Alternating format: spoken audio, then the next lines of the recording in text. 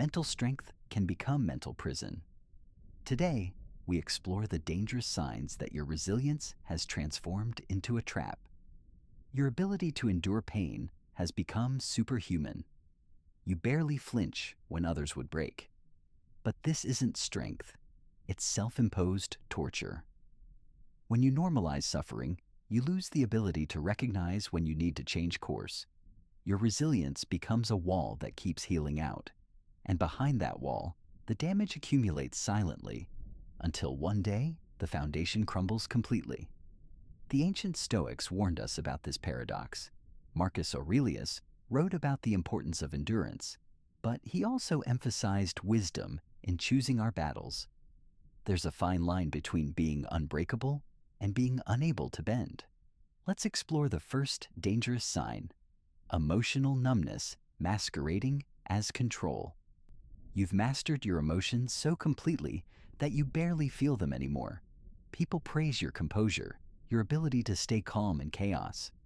But beneath that polished surface, something vital is dying. The same mechanism that blocks out pain also blocks out joy, love, and the full spectrum of human experience. You pride yourself on never needing anyone. Your independence is absolute. But here's the dark truth. This isn't strength. It's fear wearing armor. By refusing to depend on others, you've become dependent on your isolation. And in that fortress of self-reliance, you're slowly suffocating. The human mind wasn't designed to carry life's burden alone. The second sign manifests in your relationship with failure. You've become so resistant to setbacks that you no longer learn from them. Each failure bounces off your hardened exterior, leaving no mark, teaching no lesson. You're like a sword that's been forged too many times, unbreakable but brittle. Third, your empathy is deteriorating. You've grown so accustomed to pushing through your own pain that you've lost patience with others' struggles. Their problems seem trivial, their complaints weak. This emotional distance isn't wisdom. It's a form of spiritual corruption. The fourth sign is perhaps the most insidious. You've developed an addiction to hardship. Easy paths make you suspicious. You deliberately choose the more difficult route, not because it's better, but because you've equated suffering with growth. This is the dark side of the Stoic practice of voluntary discomfort. Fifth, you've lost the ability to ask for help. Not because you don't need it, but because you've convinced yourself that needing help is a form of weakness. This is where resilience becomes pride, and pride becomes poison. The solution isn't to become weak, it's to redefine strength. True mental strength is knowing when to be soft. It's understanding that flexibility is not weakness, and that vulnerability, properly expressed, is a form of power. The strongest trees are not those that never bend. They're the ones that know how to sway in the storm. Here are the corrective measures. 1. Deliberately practice vulnerability with those you trust. 2. Reintroduce pleasure without guilt. 3. Learn to distinguish between necessary and unnecessary suffering. 4. Actively seek feedback about your emotional availability. 5. Practice receiving help, even when you don't desperately need it. Remember, the goal of Stoicism isn't to become invulnerable, it's to become wise. And wisdom often means acknowledging our human limitations, not transcending them. Your resilience is a tool, not your identity. Like any tool, it should be used when needed and set aside when not. The truly strong know when to be weak, when to bend, when to rest. This is the paradox of mental strength. The moment you become too strong to be human is the moment you become too weak to grow. Can become a prison, a cage of your own making. Today, we explore the dark corners of resilience, where virtue becomes vice. Your emotional walls aren't protection, they're a tomb. Being mentally strong feels like power, until you realize you've buried your humanity along with your weaknesses. You've mastered control, but at what cost? When was the last time you truly felt anything? The Stoics taught strength, yes, but they never meant for us to become stone. There's a threshold where mental fortitude crosses into dangerous territory. The signs are subtle at first. You pride yourself on never needing anyone, on handling everything alone.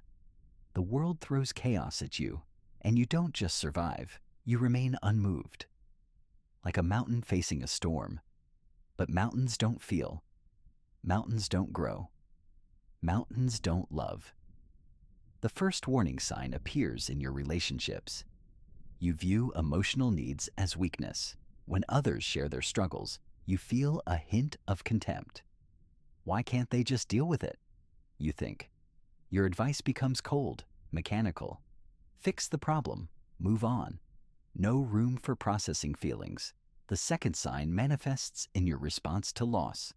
When others grieve, you analyze. When tragedy strikes, you immediately search for lessons, for meaning. You've forgotten that some pain demands to be felt. Some wounds need to heal before they can teach. You've become too good at suppressing pain, at burying trauma, at moving forward. But suppressed emotions don't disappear. They mutate. They become shadows in your psyche, growing larger in the dark. Your strength isn't processing pain, it's postponing it. And one day, that debt will come due. The third sign is the most insidious. You start to lose your capacity for joy. Real joy, not achievement, not satisfaction, but pure, uncontrolled delight. Because joy requires vulnerability. It demands that we lower our shields, that we risk being hurt. But you've forgotten how to lower those shields.